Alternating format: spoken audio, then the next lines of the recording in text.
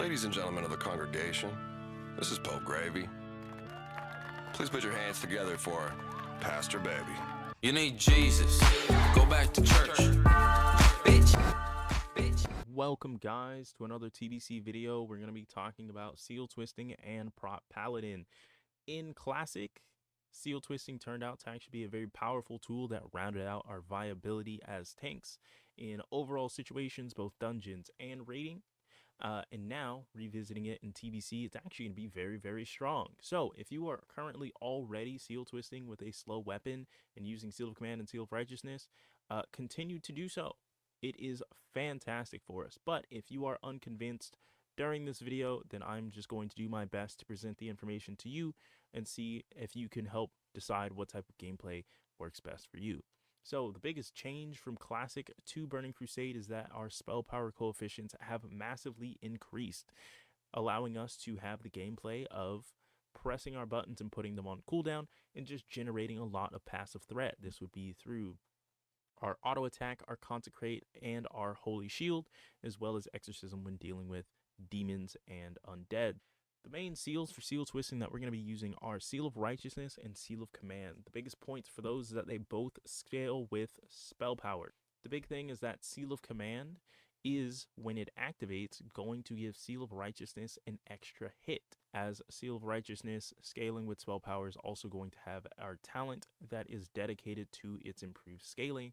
Also, the other big takeaway is that Seal of Righteousness and Seal of Command can twist both ways, as Seal of Blood only twists one, meaning that every auto attack that we have on our faster comparative weapons can be twisted if we have the focus and skill to do so. First thing that we're going to be jumping into is going to be a comparison of the fast spell power weapon and a slow one-handed weapon that does not have spell power on it.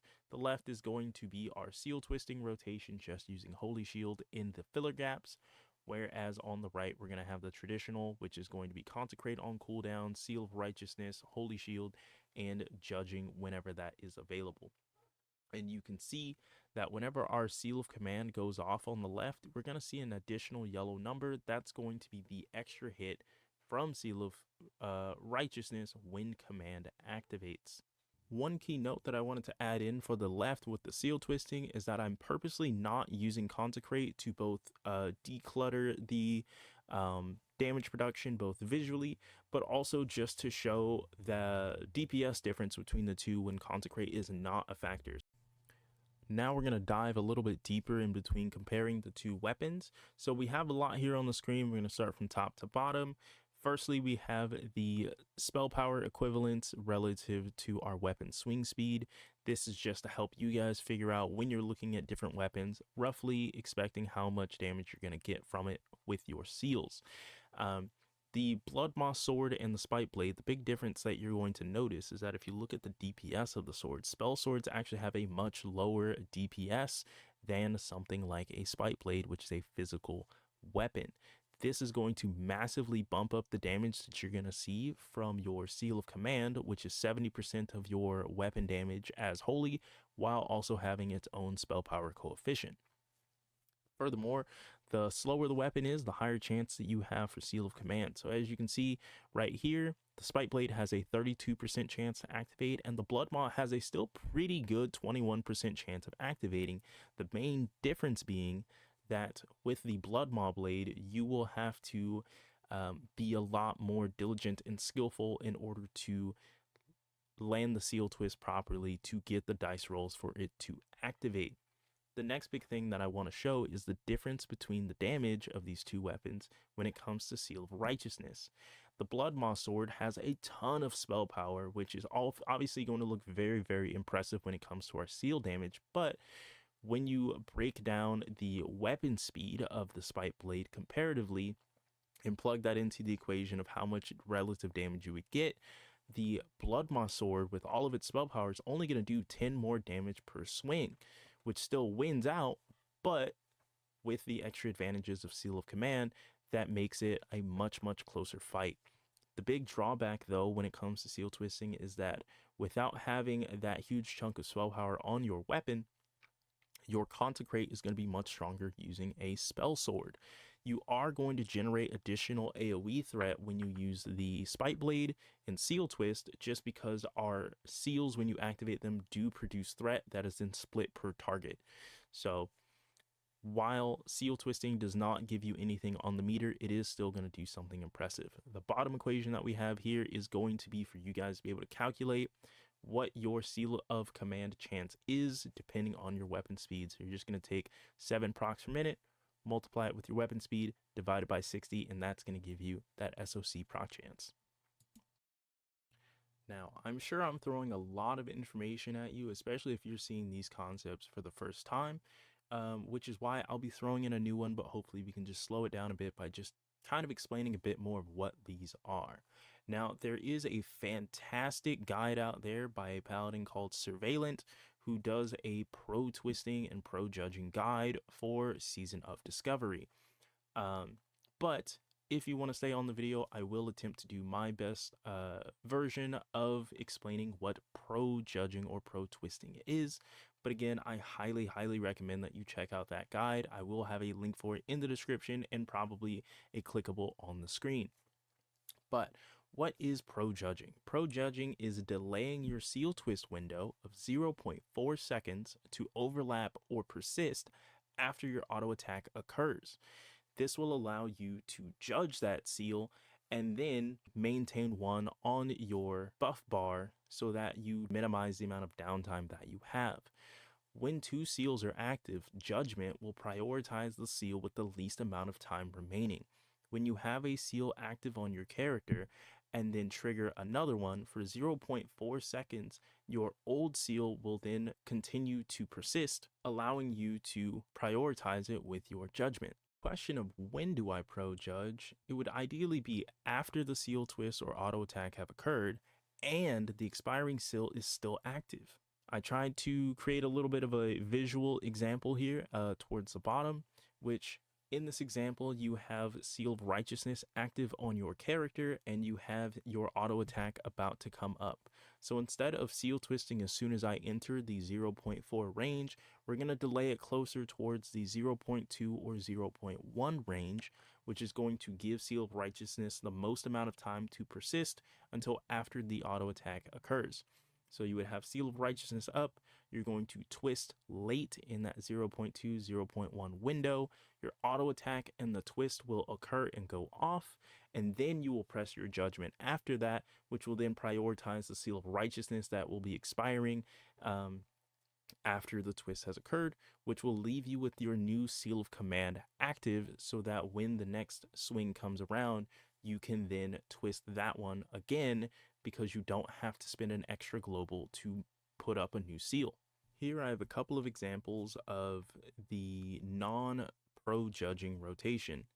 This just means that you're going to be seal twisting all the same, except that instead of pro judging to throw the former seal first, you're going to be judging after the seal expires, which as you can see just creates another global in the rotation of having to throw your Judgment, then not having a seal, and then having to reapply it. And this can usually lead to you losing out on a seal twisting opportunity because you have to pull an extra 1.5 global out of your rotation in order to make that happen.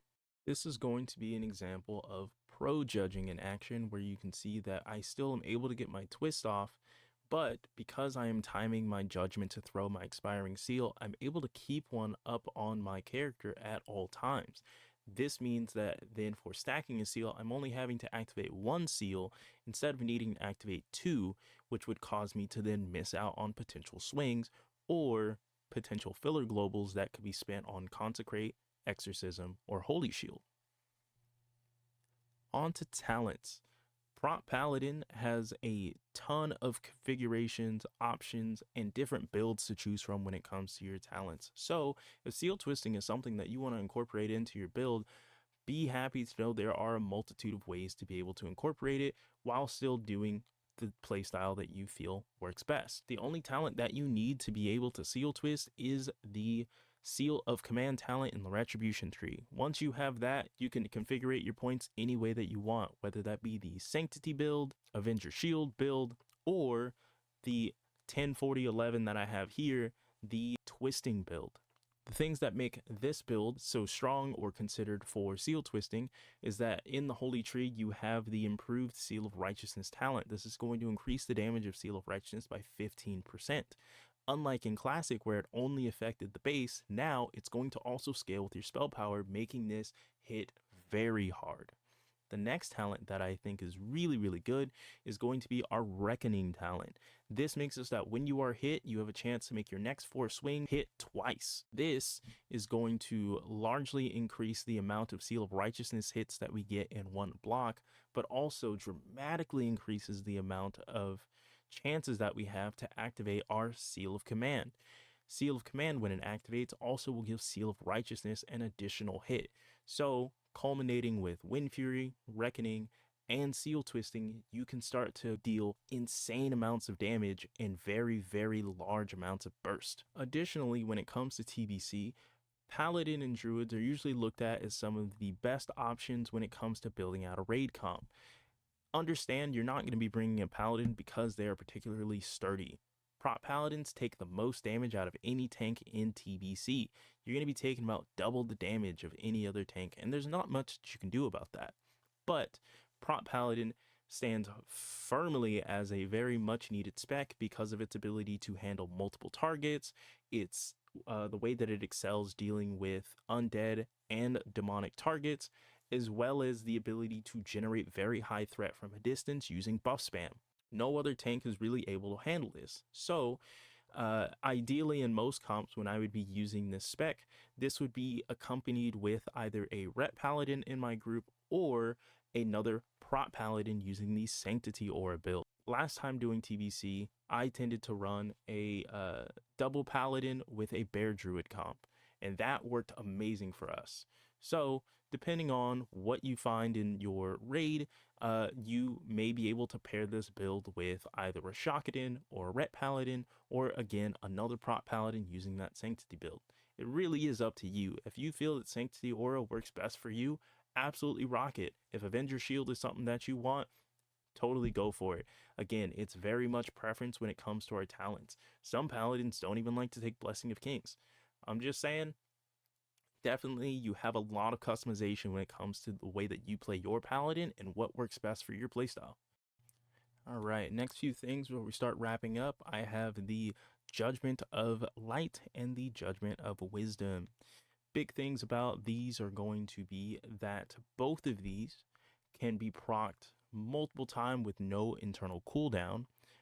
This is particularly beneficial when you are seal twisting because you are stacking so many additional hits up, and all of these are able to activate both Light and Wisdom, generating you some additional threat.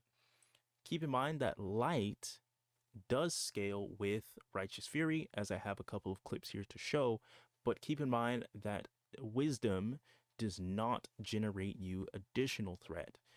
To generate mana threat, it'll just be the value of mana returned. This is also the same for your mana potion, and then you just cut that number in half, and that will be how much threat you generate. But this will be for each target that is in the encounter, and so it will duplicate itself. Whereas buff threat typically will not, will divide for each target that is in the encounter. I'm very, very excited to be able to bring Flame Wrath with me into TBC.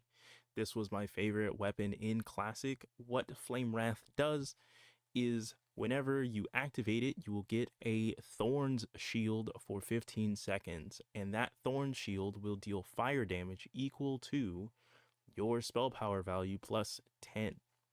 And once you activate this barrier, you can change your weapon and the buff will persist, meaning that you can switch to a spell power weapon or back to your shield for more defensiveness, and this will continue to persist and the value will be updated to what it does. So for me, I usually run a weapon chain on Flame Wrath because I don't want to get disarmed while I have it, and if you're disarmed you can't switch weapons, so it is the safest thing to rock.